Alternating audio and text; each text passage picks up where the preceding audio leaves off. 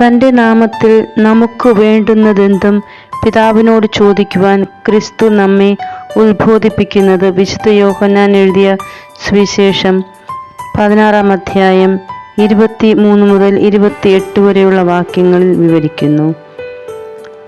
നാം ഇതുവരെ അവൻ്റെ നാമത്തിൽ ഒന്നും ചോദിച്ചിട്ടില്ല എന്ന് അവൻ തന്നെ പറഞ്ഞു വെച്ചു. ക്രിസ്തുവിൻ്റെ നാമം ഏറ്റവും ശക്തിയേറിയതും ഏതൊരു നേതാവിനെയും വെല്ലുന്നതും ആരെയും കരുത്തുറ്റതും ഏകവും അന്നും ഇന്നും എന്നും മനുഷ്യനെ രക്ഷിക്കുവാൻ ദൈവത്താൽ അയക്കപ്പെട്ടതുമാണ്. നാം അവിടുത്തെ രാജ്യവും നീതിയും അന്വേഷിക്കുമ്പോൾ അവിടുന്ന് തൻ്റെ ആത്മാവിനെ നമുക്ക് നൽകി എല്ലാ കാര്യങ്ങളും വ്യക്തമാക്കി തരും. ഈ കൃപയ്ക്കായി പ്രാർത്ഥിക്കാം. ദൈവം നമ്മെ സമൃദ്ധമായി അനുഗ്രഹിക്കട്ടെ.